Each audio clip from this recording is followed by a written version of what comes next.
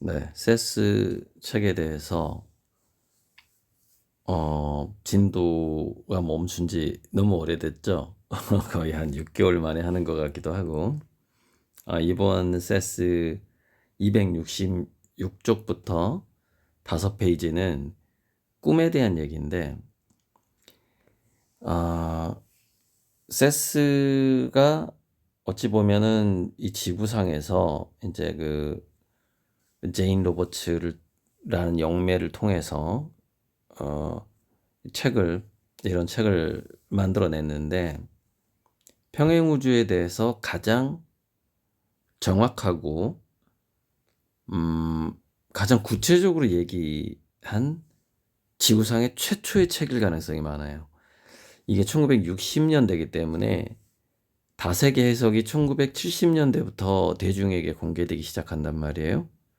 근데 이거는 60년대부터 아마 책이 나왔고, 책이 쓰여지기 시작했나, 아무튼 거의 동시성도 있어요. 그것도. 그러니까 세스라는 책과 휴 에버렛의 다세계 해석이 나온 시점도 좀 가까워요. 상당히. 그것도 동시성인데. 그래서 이제 크리스토퍼 놀란이 10대 때 이 세스라는 책을 분명히 봤을 거고, 그래서 인터스텔라에 나오는 5차원의 방에 대한 구체적인 묘사가 이 세스라는 책에 나오고, 또 이제 잠시 후에 인셉션, 이거 꿈에 대한 거니까 인셉션에서 등장하는 건물이라던가 그런 꿈을 공유하는 단체로 꿈을 꾸는 그런 거 얘기가 또 나옵니다. 그러니까 전에 제가 이제 크리스토퍼 놀란은 분명히 이 책을 보고 영화를 굉장히 많이 갖다 썼다 이렇게 얘기했는데, 역시 또 인셉션이 또 나옵니다. 자, 그래서 꿈속 현실은 그것이 물질화되기 이전부터 훨씬 그 현실적으로 존재한다. 그러니까 이게 꿈하고 평행우주가 구분이 안 됩니다. 평행우주 자체가 모든 가능한 세계를 담고 있기 때문에 꿈의 현실도 평행우주에 포함되는 거예요. 그래서 이제 우리가 꿈을 꿀 때는 자기 무의식이 발현되기도 하지만 정말로 다른 차원을 갔다 오기도 하고 그러는데, 거기에 대한 내용이 쭉 나옵니다. 이거 뭐 전체 다 읽으면서 하면 너무 시간이 오래 걸리니까 이거야 뭐 그냥 정지 화면이니까 그냥 읽을 수 있거든요. 그래서 어떤 현실은 조작이 가능하지만 또 어떤 현실은 조작이 불가능하다. 자, 이게요. 이제 우리 이끌림의 법칙, 뭐 끌어당김의 법칙, 그런 게 있잖아요. 시크릿에서 우리가 말하는. 그런데 우리가 이제 영혼이 이 지구의 차원으로 내려와서 자기가 어떤 일들을 설계하는데, 대강의 일들은 큰 어떤 이벤트라던가 이런 것들은요, 조작이 불가능하다고 하거든요. 뭐만 가능하냐면, 디테일만 가능해, 디테일만. 그러니까, 굵직굵직한 삶의 이벤트를 바꾼다라는 거는 그 사람이 엄청난 수준의 영적 각성에 올라가지 않는 한은 불가능하죠. 왜냐면 자기가 영혼일 때의 의식은 굉장히 수준 높거든요. 그 수준 높은 의식 상태에서 자기 삶의 다음 어떤 이 지구상의 삶의 차원을 전부 설계를 한단 말이에요. 근데 그거는 굉장히 엄격한 합의라고 합니다. 다른 집단 무의식으로 다 이렇게 틀이 짜여진 거죠. 그러다 보니까 약간의 유동성이 있을 뿐이지, 약간의 융통성 이런 것만 있을 뿐이지 바꿀 수가 없다고 하는 거거든요. 그래서 여기 잠시 후에 나오겠지만 우리 한국 문화에서 아주 독특한 태몽 문화가 있어요. 태몽. 근데 이게 태몽이 꼭 이루어진다라는 것도 그 영적인 상태에서 다른 영혼들하고 이게 다 합의된 부분이기 때문에 그래요. 어쨌건 현실 조작이 불가능한, 아무리 우리가 꿈을 꾸더라도 또는 열망이 있다 하더라도, 그러니까 꿈속에서 우리 어떤 열망이 꿈에 나타나잖아요. 또 그 꿈에 나타난 것이 우리 현실도 영향을 주기도 해요. 하지만 조작이 불가능한 것이 있다 이거죠. 꿈꾸는 사람은 과거, 현재, 미래를 왔다 갔다 할 수 있다. 자, 이 내용도 나와요. 그리고 여기 하단에 보면은 267페이지 하단. 우리는 모두 꿈을 공유하고 있다. 집단적인 꿈을 꾸는 것이다. 이게 이제 집단 무의식이라고 우리가 알려진 건데, 이게 우리가 꿈 하나를 꾸더라도 사적인 것이 아니라는 거예요. 그러니까 우리 아미고님 중에 저에 관한 꿈을 계속 대신 꿔주는 분들이 한두 분 계시고, 저한테 가끔 루미를 통해서 카톡을 주고 쭉 그 꿈 내용을 읽어봐요. 그래서 제가 참고를 많이 하거든요.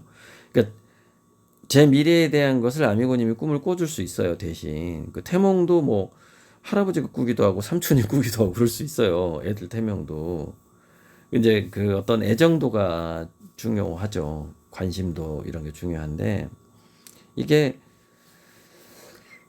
집단 무의식 차원에서 이런 거거든요. 사주팔자가 나쁘면 무당들이 미국 가서 살아라 하는 이유가 뭐냐면, 거기는 그런 거 동양적인 태몽이라든가 사주팔자 안 믿는 사람들이 대부분이기 때문에 그 영향을 미치지 못하는 거예요. 그래서 조금 더 조작될 가능성이 올라가는 거죠. 디테일하게. 그러니까 이 디테일이라는 게, 글쎄 이 다음 페이지를 보면 케네디 얘기가 나와요. 케네디. 어디까지가 디테일로 볼 수 있나. 자, 꿈속의 해결책은 인류의 이상입니다. 그러니까 우리는 꿈속에서 이상향을 많이 보는 거죠. 사람들이 보는 거고, 그 중에 일부의 영향을 받아서 현실이 바뀌기도 하는 거죠. 자, 그런데 케네디에 대해서 이렇게 얘기를 해요.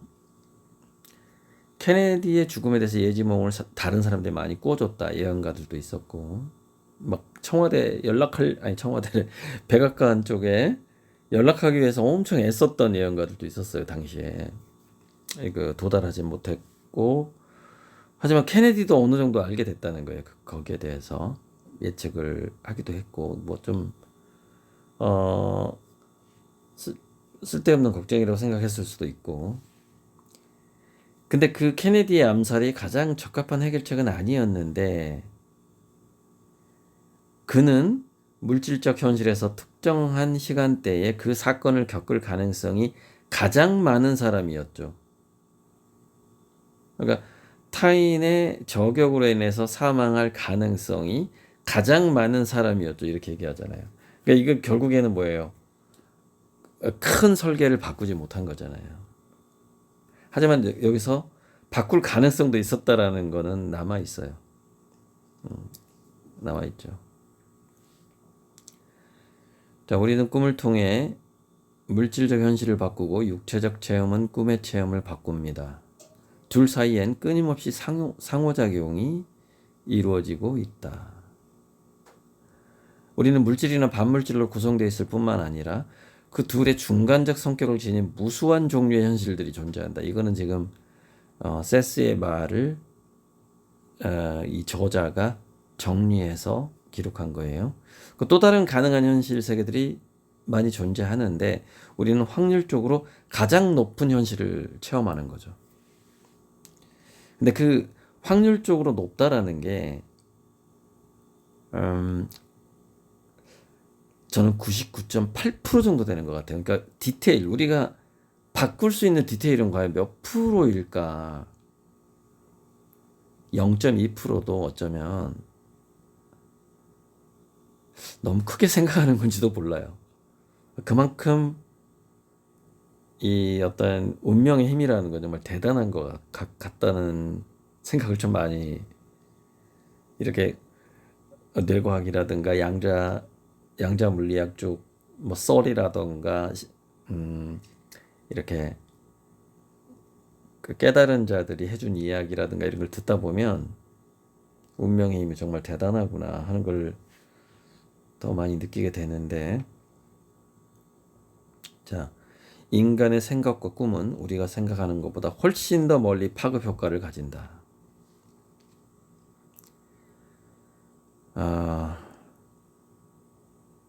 그래서 이제 기도의 힘도 엄청나게 강력한 거고 그렇죠.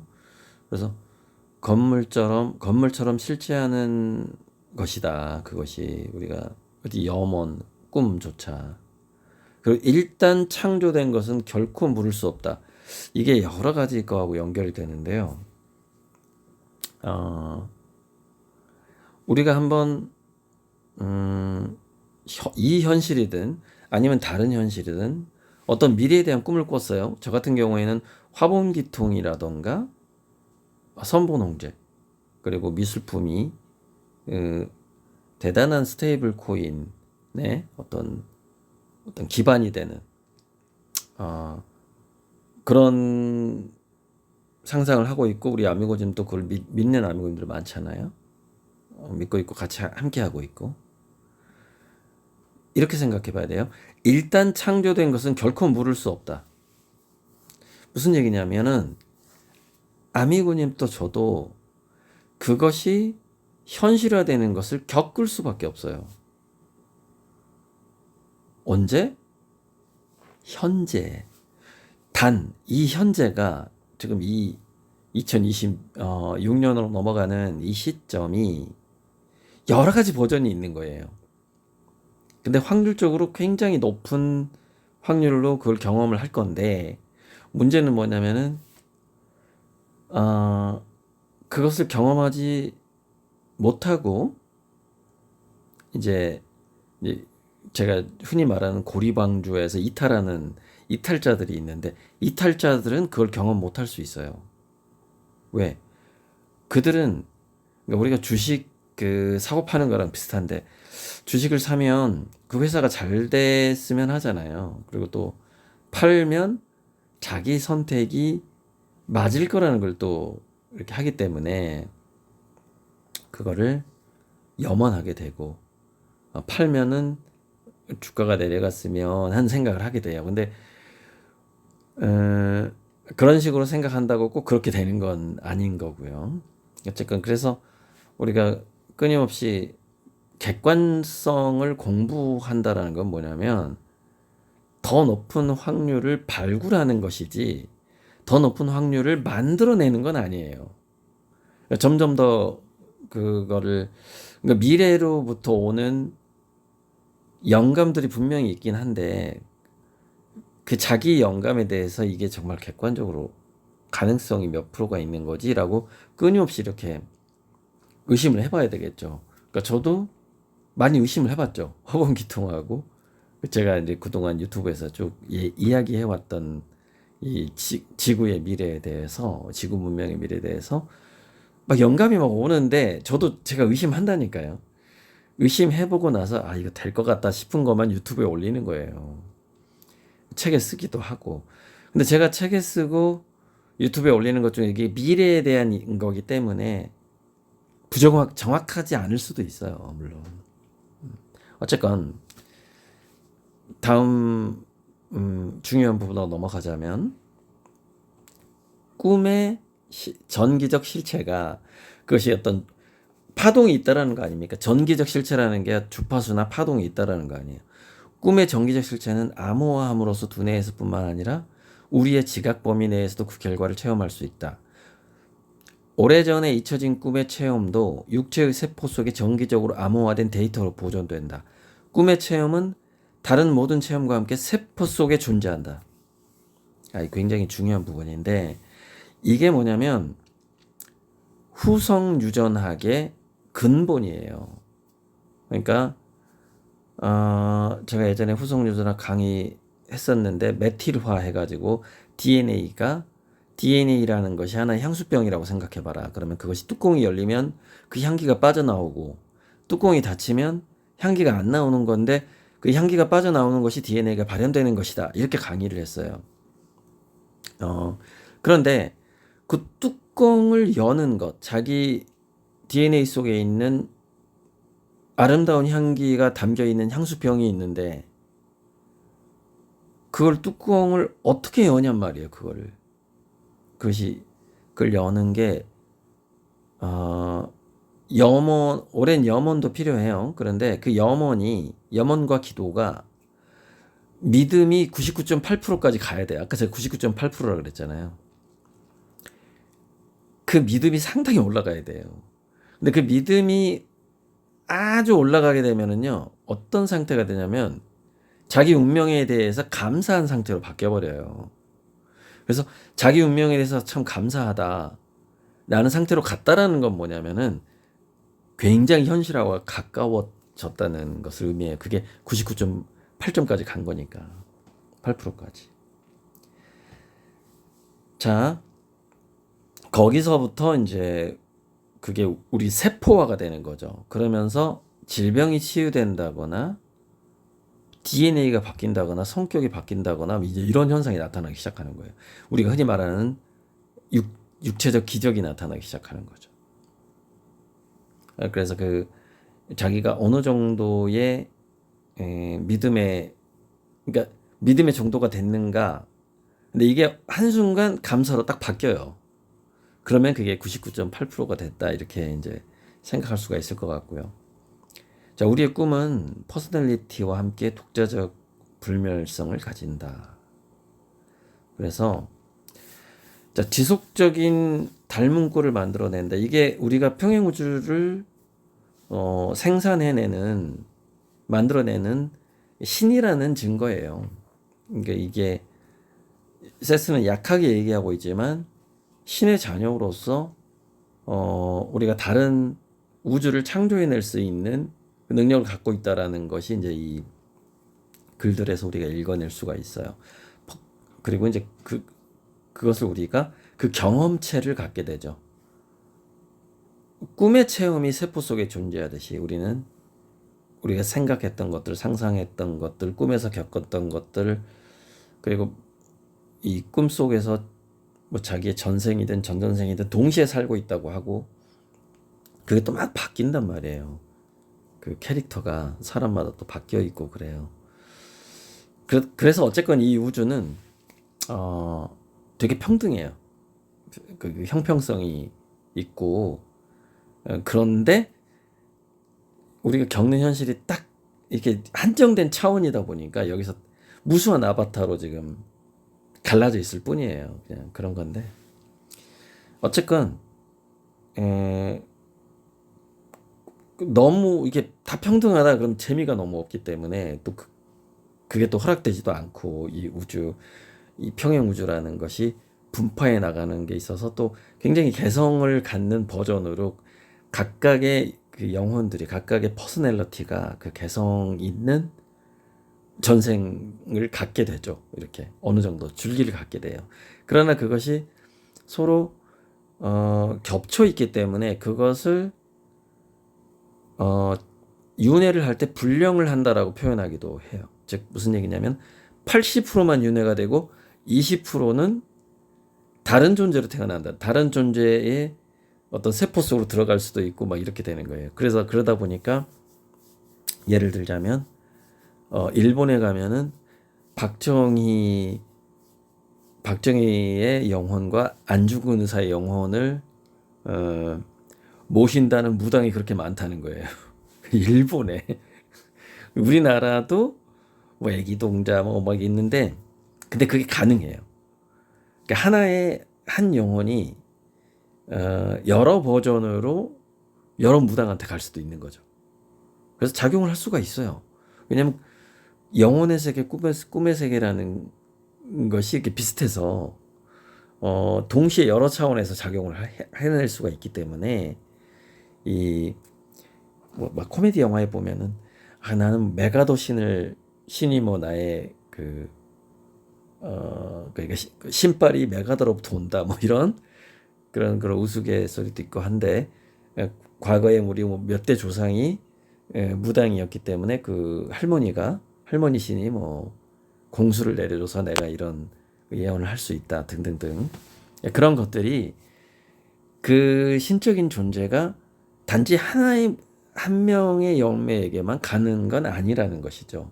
마찬가지로 이제 우리에게 다가오는 영감들도 마찬가지고 우리의 삶도 마찬가지고 그게 이 공유하는 꿈도 마찬가지고 다 공유하는 측면이 많아요. 물론 현실화될 때는 각각의 아바타마다 개성적인 현실화가 일어나긴 하지만 오랜만에 세스 좀 찍어봤습니다. 써니요.